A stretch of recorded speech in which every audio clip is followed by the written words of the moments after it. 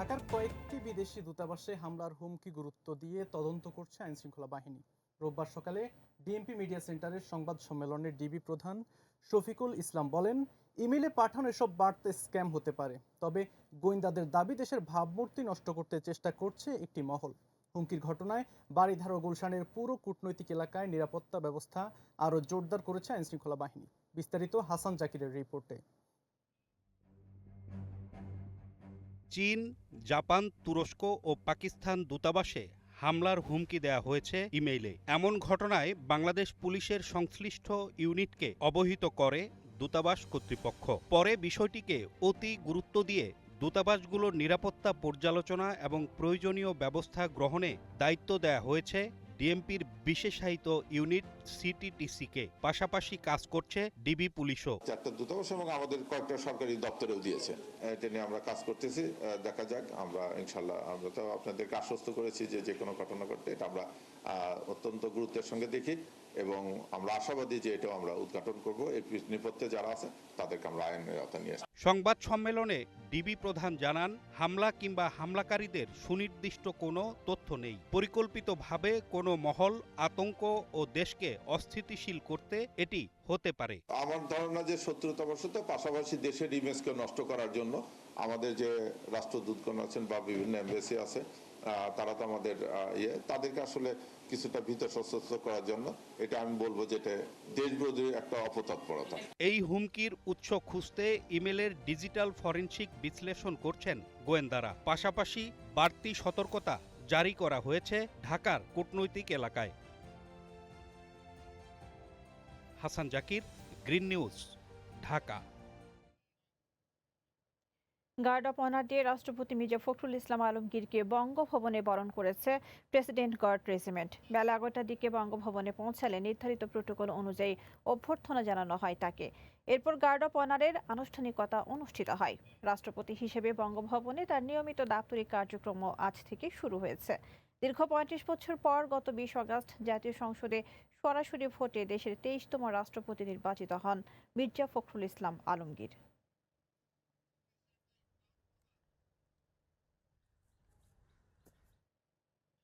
রাজনৈতিক মতাদর্শ, ব্যক্তিগত পছন্দ অপছন্দের ঊর্ধ্বে উঠে পেশাগত দক্ষতা, সততা, নেতৃত্বের গুণাবলী ও যোগ্যতার ভিত্তিতে নৌবাহিনী ও বিমান বাহিনীর কর্মকর্তাদের পদোন্নতি দেওয়ার নির্দেশ দিয়েছেন প্রধানমন্ত্রী তারেক রহমান। রোববার বিমান বাহিনী সদর দপ্তরে প্রধান অতিথি হিসেবে উপস্থিত থেকে নৌবাহিনী ও বিমান বাহিনীর নির্বাচনী পর্ষদের উদ্বোধনকালে তিনি এ নির্দেশনা দেন। প্রধানমন্ত্রী বলেন, কর্মকর্তাদের পদোন্নতির ক্ষেত্রে পেশাগত দক্ষতা, নেতৃত্বের গুণাবলী, শৃঙ্খলা, সততা, বিশ্বস্ততা, আনুগত্য এবং সর্বোপরি নিযুক্তগত উপযুক্ততাকে গুরুত্ব দিতে হবে। কোনো ধরনের রাজনৈতিক মতাদর্শ কিংবা ব্যক্তিগত পছন্দ অপছন্দ যেন পদোন্নতির ক্ষেত্রে প্রভাব না ফেলে সে বিষয়ে নির্বাচনী পর্ষদের সদস্যদের সতর্ক থাকার নির্দেশ দেন তিনি। অনুষ্ঠানের শুরুতে প্রধানমন্ত্রী নবনিযুক্ত সেনাবাহিনী প্রধান খন্দকার মিসবাহ উল আজিমকে অ্যাডমিরাল র্যাঙ্ক ব্যাজ পরিয়ে দেন। ৫ আগস্টের পর জনগণ ভেবেছিল ফ্যাসিবাদ বিদায় হয়েছে, কিন্তু দীর্ঘ ১৫ বছর ফ্যাসিস্ট আওয়ামী লীগ যে পথে হেঁটেছে, বর্তমান সরকারও সেই একই পথে হাঁটছে বলে অভিযোগ করেছেন জামায়াত আমির ও বিরোধী দলীয় নেতা ডাক্তার শফিকুর রহমান। রোববার দুপুরে রাজধানীর ডিপ্লোমা ইঞ্জিনিয়ার্স ইনস্টিটিউশনে সিরাতুন নবী উপলক্ষে আয়োজিত সেমিনারে তিনি এই অভিযোগ করেন। তিনি বলেন, ফ্যাসিবাদ কায়েমের চেষ্টা থেকে বিরত না থাকলে দেশের মানুষ আওয়ামী লীগের মতোই বিতাড়িত করবে। বিশেষ একটি রাষ্ট্রকে খুশি করতে গিয়ে জুলাই জাদুঘরের অনেক উপাদান গায়েব করা হয়েছে। একটি দল ছাড়া বাকি সব দলের ইতিহাসকেও গায়েব করে দেওয়া হয়েছে বলে অভিযোগ করেন বিরোধী দলীয় নেতা। আমরা দেখতে পাচ্ছি 15 বছরের ফ্যাসিবাদী সরকার যে রাস্তায় হেঁটেছে, বর্তমান সরকার সেই রাস্তা ধরেই হাঁটছেন। এই রাস্তা পরিবর্তন করতে হবে। এই রাস্তা ফ্যাসিবাদের রাস্তা, এই রাস্তা আয়নাগরের রাস্তা, এই রাস্তা অসংখ্য মানুষকে বিনা বিচারে খুন করার রাস্তা, এই রাস্তা শাপলা চত্বরে আলিম উলামার উপর হায়নার মতো ঝাঁপিয়ে পড়ার রাস্তা। এই রাস্তা বাংলাদেশের মানুষ এই রাস্তায় কাউকে চলতে দেবে না। স্বাধীন সাংবাদিকতার পরিবেশ নিশ্চিত করাই সরকারের মূল লক্ষ্য বলে জানালেন তথ্যমন্ত্রী আন্দালিব রহমান। আর এলজিআরডি মন্ত্রী ডক্টর আব্দুল মঈন খান বলেছেন, বিগত 17 বছরে দুর্নীতি অনিয়মে জড়িতদের বিরুদ্ধে যথাযথ প্রক্রিয়া অনুসরণ করে ব্যবস্থা নেওয়া হবে। এদিকে বেসামরিক বিমান পরিবহন ও পর্যটন মন্ত্রী এম রশিদুজ্জামান মিল্লাত জানান, পাবনায় পারমাণবিক বিদ্যুৎ কেন্দ্রের পণ্য পরিবহনের সুবিধার্থে শিগগিরই ঈশ্বরদী বিমানবন্দর চালু করা হবে। আরও জানাচ্ছেন জিহাদ রাহাত। নতুন দায়িত্ব গ্রহণের পর প্রথমবার সচিবালয়ে আসেন তথ্যমন্ত্রী আন্দালিব রহমান। পরে কর্মকর্তা কর্মচারীদের সঙ্গে শুভেচ্ছা ও মতবিনিময় করেন। জনগণের কাছে সঠিক তথ্য পৌঁছে দিতে সবাইকে নিয়ে কাজ করার ইচ্ছা জানান তিনি। সংবাদ মাধ্যমকে গণতন্ত্রের অন্যতম স্তম্ভ উল্লেখ করে তথ্যমন্ত্রী বলেন, বিগত সময়ের কর্তৃত্ববাদী মনোভাব থেকে বেরিয়ে স্বাধীন সাংবাদিকতার পরিবেশ নিশ্চিত করাই বর্তমান সরকারের লক্ষ্য। আমরা দেখেছি যে সংবাদ মাধ্যম বা অন্যান্য মিডিয়া এটাও মানতে হবে যে ওনারাও গণতন্ত্রের একটা অনেক বড় স্তম্ভ। এই 17 বছরে আমাদের লড়াইটা ছিল গণতন্ত্রকে পুনঃপ্রতিষ্ঠা করা, যেটা নামে মাত্র গণতন্ত্র ছিল। বাট আমরা জানতাম যে একটা ফেসবুক স্ট্যাটাস দেওয়ার পরেও অনেকের অনেকবারই 10 বার চিন্তা করতে হতো স্ট্যাটাসকে আমি রাখবো কি রাখবো না। দায়িত্ব নেওয়ার পর এদিন প্রথমবার সচিবালয়ে আসেন স্থানীয় সরকার, পল্লী উন্নয়ন ও সমবায় মন্ত্রী ডক্টর আব্দুল মঈন খান। কর্মকর্তাদের সঙ্গে মতবিনিময় শেষে এক সংবাদ সম্মেলনে তিনি বলেন, গত 17 বছরে দেশের দরিদ্র প্রান্তিক মানুষের কাঙ্ক্ষিত উন্নয়ন হয়নি। তার একমাত্র লক্ষ্য মন্ত্রণালয়কে দুর্নীতিমুক্ত করা। বিগত 17 বছরের যে অব্যবস্থাপনা আপনারা দেখেছেন, একটা ফ্যাসিবাদ সরকার, একটা অলিগার্কিক সরকার কিভাবে সে ধনী শ্রেণীকে সেবা করে তারা এই দেশের দরিদ্র মানুষের অধিকার হরণ করেছিল। আজকে কিন্তু জনাব তারেক রহমান দরিদ্র মানুষের পক্ষ হয়ে নিজে কথা বলছেন। তাদের উন্নয়নের জন্য তিনি ফ্যামিলি কার্ড কথা প্রবর্তন করেছেন, তিনি কৃষক কার্ডের কথা প্রবর্তন করেছেন। সাংবিধানিক প্রক্রিয়ায় যথাসময়ে স্থানীয় সরকার নির্বাচন সম্পন্ন হবে বলেও জানান মন্ত্রী। 5টা স্তরে এখানে নির্বাচন, প্রত্যেকটি স্তরে নির্বাচন হবে এবং সত্যিকার অর্থে জনগণের প্রতিনিধিরা। এদিন সচিবালয়ে মন্ত্রণালয় ও অধস্তন দপ্তরের কর্মকর্তাদের সঙ্গে মতবিনিময় করেন নবনিযুক্ত বেসামরিক বিমান পরিবহন ও পর্যটন মন্ত্রী এম রশিদুজ্জামান মিল্লাত। যশোরে ফ্লাইট সংখ্যা বাড়ানো সহ পাবনায় পারমাণবিক বিদ্যুৎ কেন্দ্রের জন্য তেজস্ক্রিয় সামগ্রী পরিবহনের সুবিধার্থে শিগগিরই ঈশ্বরদী বিমানবন্দর চালুর কথা জানান তিনি। যশোরে আমাদের 2টা ফ্লাইট দেওয়ার জন্য আমরা সিদ্ধান্ত গ্রহণ করেছি। ইতিমধ্যে আমার সঙ্গে প্রাইভেট ফ্লাইট যারা মানে ইউএস বাংলা, তারা সিদ্ধান্ত গ্রহণ করেছে 2টা ফ্লাইট, সকালে একটা বিকেলে একটা করবে আর কি। আর ফ্লাইট সংখ্যা অভ্যন্তরীণ বাড়ানোর আমাদের আপাতত চিন্তা নেই। কাজকর্মে গতি আনতে উদ্ভাবনী পরিকল্পনায় মনোযোগী হতে কর্মকর্তা কর্মচারীদের তাগিদ দেন বিমানমন্ত্রী। জিহাদ রাহাত, গ্রিন নিউজ, ঢাকা। রোহিঙ্গা সংকট মিয়ানমারের অভ্যন্তরীণ ইস্যু, সেজন্য এটির সমাধানের দায়িত্ব তাদেরই বলে মন্তব্য করেছেন আইনমন্ত্রী মোহাম্মদ আসাদুজ্জামান। রোববার জাতীয় প্রেসক্লাবে রোহিঙ্গা সংকট সমাধান বিষয়ক এক আলোচনা সভায় তিনি কথা বলেন। মন্ত্রী বলেন, দেশের সার্বভৌমত্ব রক্ষায় রোহিঙ্গা ইস্যুতে জাতীয় ঐক্যের বিকল্প নেই। এটি সমাধানে আন্তর্জাতিক আইন ও সংবিধান মেনে কাজ করছে সরকার। তিনি বলেন, সরকার মিয়ানমারের অভ্যন্তরীণ বিষয়ে হস্তক্ষেপ করার পক্ষে নয়। রোহিঙ্গারা বাংলাদেশি নয়, তারা এই ভূখণ্ডের জনগোষ্ঠী নয়। রোহিঙ্গাদের আন্তর্জাতিকভাবে যেভাবে দেখা হচ্ছে, আমরাও ঠিক একইভাবে দেখছি। এটি মিয়ানমারের অভ্যন্তরীণ সমস্যা। বাংলাদেশ সরকার বিষয়টিকে মানবিক দৃষ্টিকোণ থেকে দেখছে।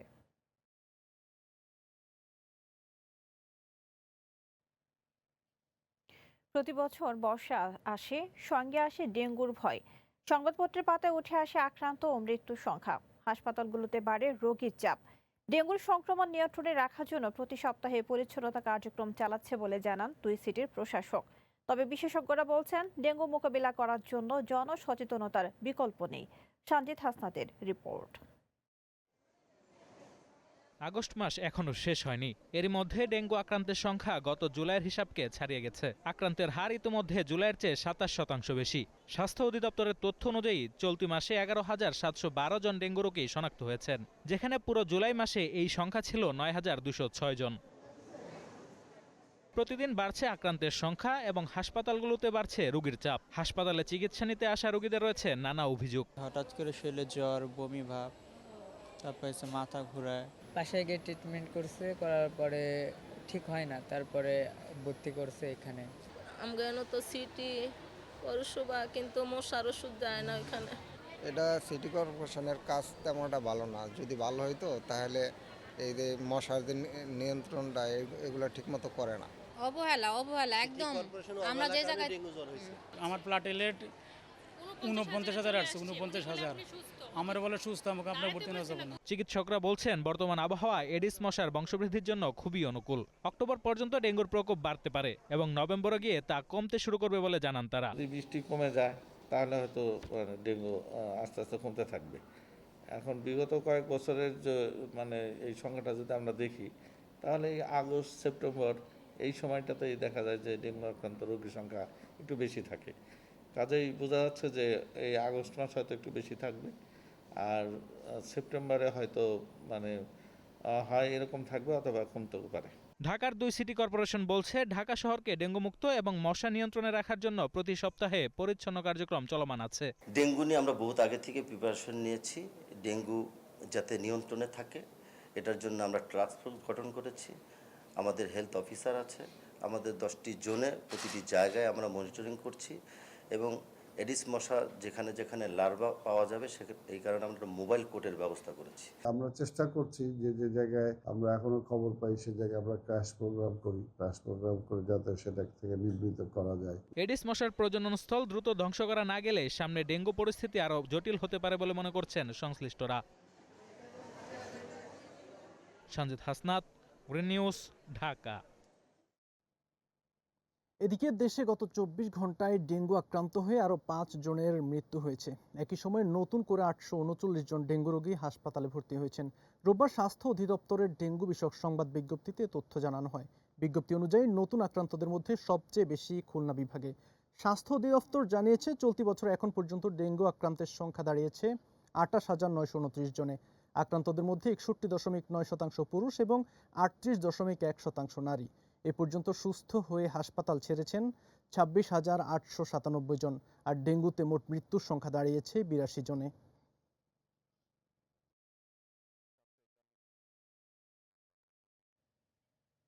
সরকারের প্রথম 6 মাসে বাজার ব্যবস্থাপনা ও দ্রব্যমূল্য নিয়ন্ত্রণে নেওয়া হয়েছে নানা উদ্যোগ। বাজার তদারকি, ডিসিবিকে ডিজিটাল করা, স্মার্ট ফ্যামিলি কার্ড, নিয়মিত অভিযান সবই আছে সরকারের তালিকায়। কমেছে মূল্যস্ফীতিও। কিন্তু সাধারণ মানুষের প্রশ্ন, বাজারে এর সুফল কোথায়? 6 মাসের বাজার ব্যবস্থাপনা চিত্র জানাচ্ছেন কামরুল হাসান। সরকারের প্রথম 180 দিনে বাজার নিয়ন্ত্রণে নেওয়া হয়েছে একগুচ্ছ উদ্যোগ। বাজার তদারকি জোরদার, টিসিবিকে ডিজিটাল করা, স্মার্ট ফ্যামিলি কার্ড চালু এবং উৎপাদন থেকে ভোক্তার হাতে পণ্য পৌঁছানো পর্যন্ত নজরদারির ব্যবস্থা করেছে সরকার। বাজার নিয়ন্ত্রণে পরিচালনা করা হয়েছে হাজার হাজার অভিযান। নিয়মিত প্রকাশ করা হচ্ছে নিত্যপণ্যের দাম ওঠানামার প্রতিবেদনও। এরই মধ্যে মূল্যস্ফীতির পরিসংখ্যানে এসেছে স্বস্তির খবর। বাংলাদেশ পরিসংখ্যান ব্যুরোর হিসেবে জুনে 9.16% থাকা সার্বিক মূল্যস্ফীতি জুলাইয়ে নেমেছে 8.32%। খাদ্য মূল্যস্ফীতি 8.60 থেকে কমে হয়েছে 7.16%, যা গত 8 মাসের মধ্যে সর্বনিম্ন। তবে মূল্যস্ফীতি কমার অর্থ বাজার দর কমে যাওয়া নয়, বরং এর অর্থ দাম বাড়ার গতি কিছুটা কমেছে। বাস্তব বাজারে এখনও স্বস্তি ফেরেনি। রাজধানীর বিভিন্ন বাজারে ডজন ডিম বিক্রি হচ্ছে প্রায় 150 টাকায়, ব্রয়লার মুরগি 190, মিনিকেট চাল 78 টাকা কেজি।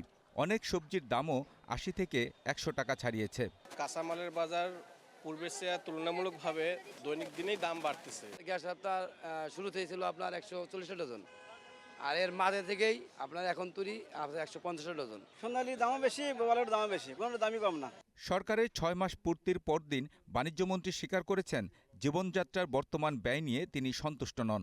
তার মতে দ্রব্যমূল্য কমাতে জ্বালানি, বিদ্যুৎ, ঋণের সুদ, উৎপাদনশীলতা, পরিবহন ও অবকাঠামো সব ক্ষেত্রেই দরকার উন্নতি করা। আমি সন্তুষ্ট হব জীবনযাত্রার ব্যয় এখন যা আছে যদি তার থেকে সাবস্টেন্সিয়ালি কমে। এখন সেই কমানোর জন্য কতগুলি অনুঘটক আছে। একটা হলো সেটার জন্য বিদ্যুৎ হতে হবে আপনার সাশ্রয়ী মূল্যে। উৎপাদনের জন্য যেটা জ্বালানির নির্ভরতা, সেটা যখন নির্ভরযোগ্য একটা অবস্থায় পৌঁছাবে তখন জীবনযাত্রার ব্যয়টা কমবে। শুধু অভ্যন্তরীণ বাজার নয়, বৈদেশিক বাণিজ্যেও উদ্যোগের কথা বলছে বাণিজ্য মন্ত্রণালয়। বর্তমানে 202টি গন্তব্যে 812 ধরনের পণ্য রপ্তানি করছে বাংলাদেশ। তৈরি পোশাকের বাইরে চামড়া, ওষুধ, তথ্যপ্রযুক্তি, কৃষি প্রক্রিয়াজাত পণ্য, হালকা প্রকৌশল ও পাটজাত পণ্যকে নতুন রপ্তানি খাত হিসেবে এগিয়ে নেওয়ার পরিকল্পনা রয়েছে। Kamrul Hasan, green News, Dhaka. নিচ্ছে ছোট্ট একটা বিরতি। বিরতির পর রাতে গ্রিন নিউজে স্বাগত আরও একবার। ঢাকা চট্টগ্রাম মহাসড়কে যানবাহনের গতিবিধিতে নজর রাখছে এআই বা কৃত্রিম বুদ্ধিমত্তা ক্যামেরা। প্রযুক্তিটি চালুর পরেই ব্যাপক হারে ধরা পড়ছে অনিয়ম, বেড়েছে ট্রাফিক আইনে মামলার সংখ্যা। প্রথম দুদিনেই বিভিন্ন যানবাহনের বিরুদ্ধে 517টি মামলা হয়েছে। চট্টগ্রাম থেকে পাঠানো প্রতিবেদন জানাচ্ছেন জেরিন জামান। মহাসড়কে বেপরোয়া গতি, উল্টো পথে গাড়ি চালানো কিংবা যেখানে সেখানে পার্কিংয়ের মতো অনিয়ম ঠেকাতে প্রযুক্তির ব্যবহার শুরু হয়েছে ঢাকা চট্টগ্রাম মহাসড়কে। নগরীর সিটি গেট থেকে নারায়ণগঞ্জের সাইনবোর্ড পর্যন্ত প্রায় 250 কিলোমিটার সড়কে বসানো হয়েছে 1427টি এআই ক্যামেরা। ক্যামেরা চালুর পর প্রথম দুদিনে ট্রাফিক আইন লঙ্ঘনের ঘটনায় ঘটেছে 517টি মামলা। এর মধ্যে বেশিরভাগই বাস, প্রাইভেট কার ও মাইক্রোবাসের বিরুদ্ধে। আইন ভাঙার তালিকা থেকে বাদ যায়নি সরকারি যানবাহনও। আমাদের সীতাকুণ্ড থেকে বড়দারঘাট পর্যন্ত যে ইউটার্ন গুলো আছে এটা অনেক দূরে, এগুলো ঘুরে আসা একজন গাড়ির মালিকের উপর অনেক খরচের ব্যাপার হয়ে যায়। হাই রোড থেকে বিশেষ করে 3 চাকা সিএনজি যে গাড়িগুলো আছে ওগুলো সরা ফেলতে হবে, না হয়তো আমরা প্রতি স্টপেজে বের করার মতো আমাদের ওইরকম ক্যাপাসিটি থাকে না। মহাসড়কে শৃঙ্খলা ফেরাতে এআই প্রযুক্তির ব্যবহারকে স্বাগত জানিয়েছেন চালক যাত্রীরা। ক্যামেরা ভালো হয়েছে, রোডে যায় উচ্ছৃঙ্খলা কম চলতেছে, মানে হারাহারিটা কম চলতেছে গাড়িগুলো। আমরা সরকারের যেভাবে রুল চালু করতেছে ওইটাই আমরা সাধুবাদ জানাই। দাউদকান্দি থেকে চট্টগ্রাম সিটি গেট পর্যন্ত বসানো হয়েছে 453টি ক্যামেরা। পুলিশ কর্মকর্তা বলছেন, এআই ক্যামেরা চালুর আগে এই অংশে প্রতিদিন গড়ে 120 থেকে 140টি মামলা হতো। প্রযুক্তির নজরদারি শুরু হওয়ায় এখন শনাক্ত হচ্ছে আরও বেশি অনিয়ম। বেপরোয়া গতির গাড়ি চালানোর কারণে মূলত দুর্ঘটনাগুলো বেশি ঘটে। তো সেক্ষেত্রে চালকেরা দেখি যে তারা এখন আগের চেয়ে অনেক সচেতন। তারা সচেতনতার সহিত তাদের যে স্পিড লিমিট আছে এটা মেনেই গাড়ি চালাচ্ছেন, যার ফলে দুর্ঘটনাও কমে গেছে। সংশ্লিষ্টরা বলছেন, নিয়মিত এআই নজরদারি শুধু ট্রাফিক শৃঙ্খলায় ফেরাবে না, কমাবে মহাসড়কে দুর্ঘটনার ঝুঁকিও। Zerin Zaman, green news desk. দেশের অন্যতম প্রধান পোশাক ও নিটওয়ার শিল্পাঞ্চল Narayanganj. Garments, knitting, dyeing, spinning ও টেক্সটাইল সহ 1000-এর বেশি শিল্প প্রতিষ্ঠানের কর্মচাঞ্চল্যে সরব থাকার কথা যে অঞ্চলটির, সেখানে এখন জ্বালানি সংকটে নেমে এসেছে স্থবিরতা। গ্যাসের চাপ কমে ব্যাহত হচ্ছে উৎপাদন, সঙ্গে ঘন ঘন বিদ্যুৎ বিভ্রাট। বাড়ছে উৎপাদন ব্যয়, তৈরি হচ্ছে রপ্তানি ও কর্মসংস্থানের শঙ্কা। নারায়ণগঞ্জ থেকে সাজিদ হোসেন সজিতের প্রতিবেদন, জানাচ্ছেন ইসমতারা অনু। দেশের পোশাক শিল্পের অন্যতম প্রাণকেন্দ্র নারায়ণগঞ্জ। গার্মেন্টস, ডাইং, নিটিং সহ 1000-এর বেশি শিক্ষা প্রতিষ্ঠান রয়েছে এই জেলায়। কিন্তু গ্যাস ও বিদ্যুৎ সংকটে এখন অনিশ্চিত হয়ে পড়েছে উৎপাদন। প্রয়োজন যেখানে 10 থেকে 15 PSI গ্যাস চাপ, সেখানে মিলছে 5 থেকে 7 PSI। দিনের বড় সময় চাপ নেমে যাচ্ছে শূন্যের কাছাকাছি। ফলে কোথাও উৎপাদন কমেছে 50 থেকে 60%, কোথাও বন্ধ রয়েছে মেশিন। সবচেয়ে বেশি বিপাকে ডাইং ও ওয়াশিং কারখানা। সংকট সামলাতে কেউ ব্যবহার করছে এলপিজি, কেউ ডিজেল, আবার কোথাও কাঠের চুলায় চলছে বয়লার। তবে গ্যাসের তুলনায় এসব বিকল্প জ্বালানির খরচ অনেক বেশি। এতে কারখানা সচল থাকলেও বেড়ে যাচ্ছে উৎপাদন ব্যয়। 2-3 ঘন্টা কারেন্ট নাই, আমরা বসে আছি, ফ্যাক্টরি বন্ধ, মেশিন চালাতে পারছি না। প্রোডাকশন কাজ মোটামুটি থাকে ভালো, কিন্তু এই গ্যাসের কারণে আমরা প্রোডাকশন দিতে পারি না। বোতল সিলিন্ডার আসে তখন আমরা কাজ করি, যখন বোতল ভরে যায় তখন আমরা কারখানায় বসে থাকি। আমার কোনো কাজ নাই, আমার গ্যাসের সমস্যা। যে কাপড় যদি উৎপাদন নাই করতে পারে তার মালিক পক্ষকে আমরা রাখবো। গ্যাস সংকটের সঙ্গে যুক্ত হয়েছে বিদ্যুৎ বিভ্রাট। দিনের বড় একটি সময় মেশিন বন্ধ থাকায় উৎপাদন কমছে, পিছিয়ে যাচ্ছে অর্ডার।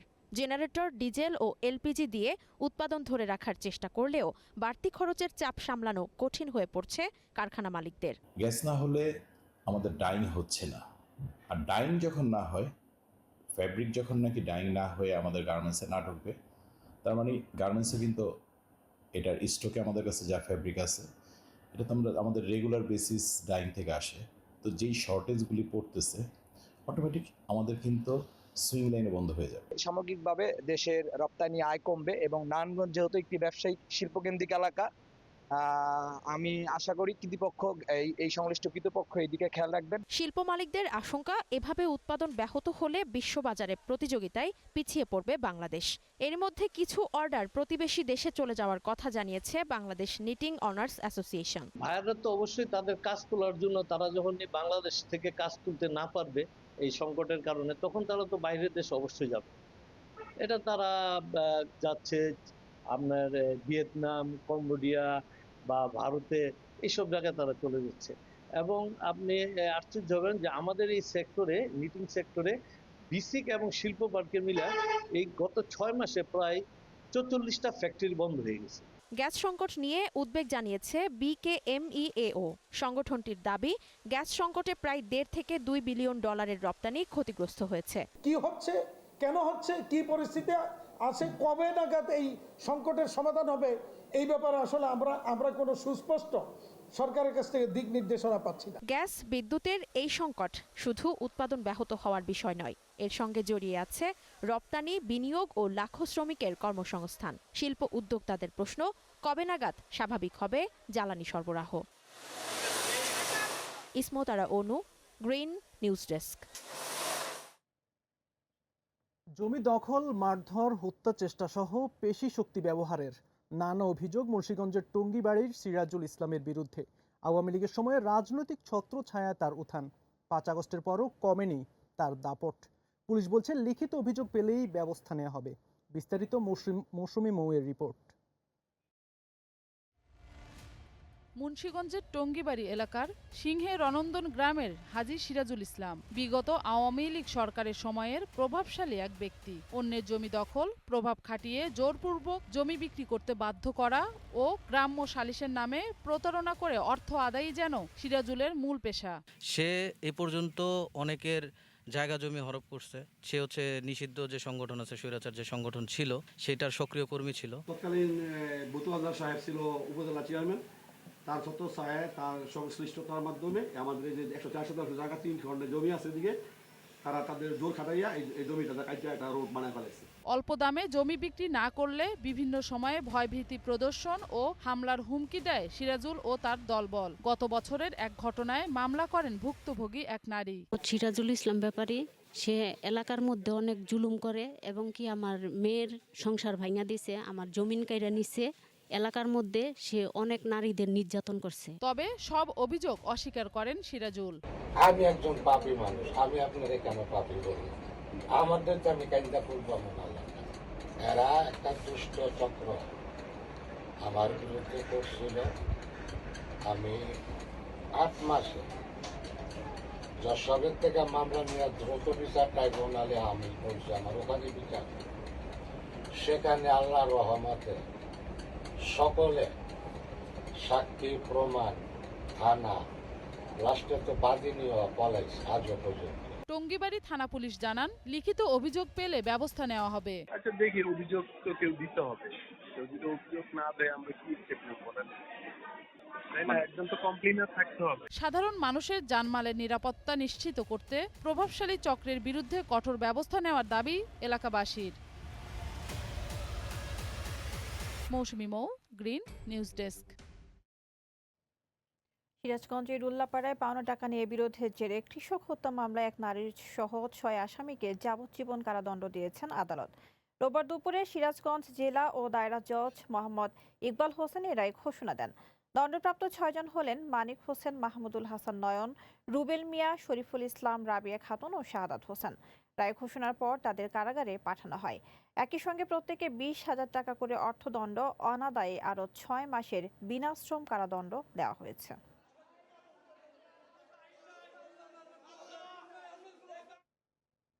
কুমিল্লার নাঙ্গলকোটে গৃহবধূ মরিয়ম বেগম হত্যা মামলায় শ্বশুর, শাশুড়ি ও দেবরসহ 3 জনকে যাবজ্জীবন কারাদণ্ড দিয়েছে আদালত।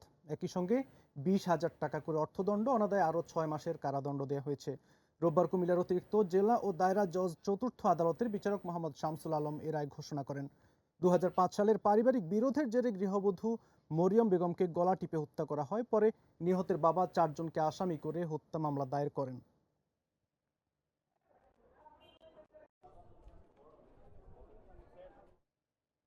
নিচ্ছি ছোট্ট একটা বিরতি। বিরতির পর রাতের গ্রিন নিউজে স্বাগত আরও একবার। কলকাতায় আবাসিক হোটেলে অগ্নিকাণ্ডের পর নিরাপত্তা নিয়ে কঠোর অভিযান শুরু করেছে পশ্চিমবঙ্গ সরকার। এরই মধ্যে ওই হোটেল মালিককে গ্রেফতার করেছে পুলিশ। অগ্নি নিরাপত্তা বিধি না মানার অভিযোগে কলকাতায় ইতিমধ্যে বন্ধ করে দেওয়া হয়েছে 13টি হোটেল। পাশাপাশি কলকাতার 50 এবং বিভিন্ন জেলার আরও 29টি হোটেলকে কারণ দর্শানোর নোটিশ দেওয়া হয়েছে। মুর্শিদা খান লিপির ডেস্ক রিপোর্ট। কলকাতার নিউ মার্কেট এলাকার মির্জা গালিব স্ট্রিটে হোটেল শিখা ইনে অগ্নিকাণ্ডে 7 বাংলাদেশি পর্যটক সহ 9 জনের মৃত্যুর পর ওই এলাকার হোটেল ও রেস্তোরাঁগুলোর অগ্নি নিরাপত্তা ব্যবস্থা নিয়ে তদন্ত শুরু করেছে পশ্চিমবঙ্গ ফায়ার সার্ভিস কর্তৃপক্ষ। অগ্নিকাণ্ডে নিহতের ঘটনায় 3 দিন পর এই অভিযান শুরু হয়। ওই ঘটনায় হোটেল লিজধারীকে গ্রেপ্তার করেছে পুলিশ। এরই মধ্যে কলকাতার হোটেলের মালিক বীরেশ্বর মিত্র কয়েকদিন পলাতক থাকার পর গ্রেপ্তার হয়েছেন। সংবাদ মাধ্যম হিন্দুস্তান টাইমস বলছে, বন্ধ করে দেয়া বা নোটিশ পাওয়া হোটেলগুলোর বেশিরভাগই মধ্য কলকাতার Mirza Ghalib street, Marquis street ও SN ব্যানার্জি রোড এলাকায় অবস্থিত। কর্মকর্তারা জানিয়েছেন, নিয়ম না মানা হোটেলের বিরুদ্ধে অভিযান অব্যাহত থাকবে। রাজ্য দমকল বিভাগের এক জ্যেষ্ঠ কর্মকর্তা বলেন, মধ্য কলকাতার অন্তত 16টি হোটেলকে অগ্নি নিরাপত্তা বিধি লঙ্ঘনের কারণে বন্ধ করতে বলা হয়েছে। বৃহস্পতিবার থেকে কলকাতার 50টিরও বেশি হোটেলকে কারণ দর্শানোর নোটিশ দেওয়া হয়েছে। ভয়াবহ এই আগুনের ঘটনায় নিহত 9 জনের 7 জনই বাংলাদেশি। সংশ্লিষ্ট কর্মকর্তারা জানিয়েছেন, নিহত বাংলাদেশিদের 6 জনের মরদেহ বাংলাদেশে পাঠানো হয়েছে। আরেকজনের মরদেহ শুক্রবার কলকাতাতেই দাহ করা হয়েছে। মুর্শিদা খান লিপি, গ্রিন নিউজ ডেস্ক। নতুন ধারা গ্রুপের ব্র্যান্ড অ্যাম্বাসেডর হলেন 21শে পদকপ্রাপ্ত সঙ্গীত শিল্পী ফেরদৌসারা। শনিবার নতুন ধারা গ্রুপের কর্পোরেট হেড অফিসে আয়োজিত অনুষ্ঠানে সাইনিং সম্পন্ন করেন তিনি। এ উপলক্ষে আয়োজিত মতবিনিময় সভায় ভবিষ্যৎ প্রজন্মের কথা বিবেচনায় নিয়ে পরিকল্পিত ও পরিবেশ বান্ধব আবাসন গড়ে তোলার আহ্বান জানান নতুন ধারা গ্রুপের ব্যবস্থাপনা পরিচালক ডক্টর মোহাম্মদ সাদিউজ্জামান। তিনি বলেন, আবাসন শুধু জমি বা স্থাপনা নয়, মানুষের নিরাপদ ও সুন্দর জীবন যাপনের সঙ্গে সম্পৃক্ত। অনুষ্ঠানে 21শে পদকপ্রাপ্ত নজরুল সঙ্গীত শিল্পী ফেরদৌসারা প্রধান অতিথি হিসেবে উপস্থিত ছিলেন। সভায় পরিকল্পিত নগরায়ন, নিরাপদ ও মানসম্মত আবাসন ভূমি ব্যবস্থাপনা এবং মানুষের ক্রয় ক্ষমতার সঙ্গে সামঞ্জস্যপূর্ণ আবাসন নিশ্চিত করার বিভিন্ন দিক নিয়ে আলোচনা করা হয়।